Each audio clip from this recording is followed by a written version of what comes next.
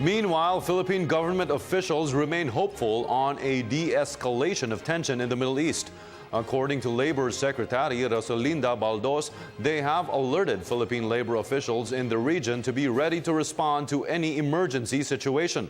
More of this from Freddie Abando. The recent execution of a Shiite cleric in Saudi Arabia has triggered rising tensions in the Middle East. The Shiite cleric was executed for criticisms of the Sunni kingdom's treatment of the Shiite minority. It has sparked protests from the Shiite against the Saudi embassy in Tehran. The consulate was ransacked and set on fire. Iran is a Shiite-controlled nation. Top officials of the Philippine government are hoping the tensions will be resolved. Right away, the oil price kicked up a bit because of this tension. Both are big producers of oil, and I don't know to what extent there will be dislocation, if there will be, of Filipinos who are working in these areas, because I think that's going to be the first concern of the government. Of course, the other concern is will the war in Yemen, where the Saudi government has been pretty much engaged on the ground, apart from bombing raids. Will this escalate somehow and involve other countries? I don't know, but I think that's what we appeal to the two countries to, restrain themselves. We hope that the responsible leaders of this country would be able to find a peaceful solution to the crisis, and it will not be accelerated.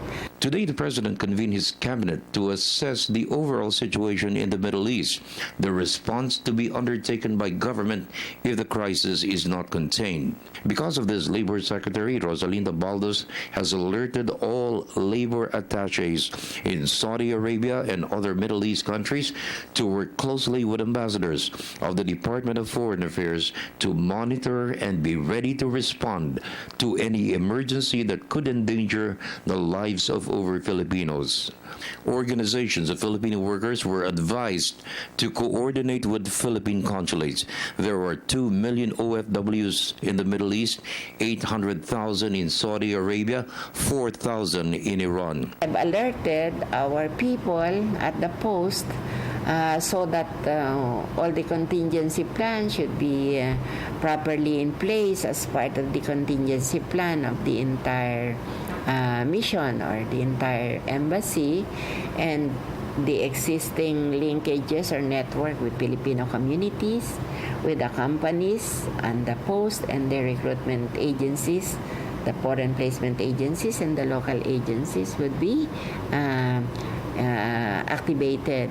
And I have tasked the POA to already set up or activate the Assist Well Processing Center to be housed at POEA, meaning this is the assistance in terms of the packages of options for those who have problems with welfare, assistance, for those who have problem with employment, those with legal problems with their employers, and those wanting to avail of livelihood. So these are WELL, W-E-L-L, to have a single processing center of returning OFW to POEA, manned by officials from POA, OWA, NRCO, and the Bureau of Local Employment.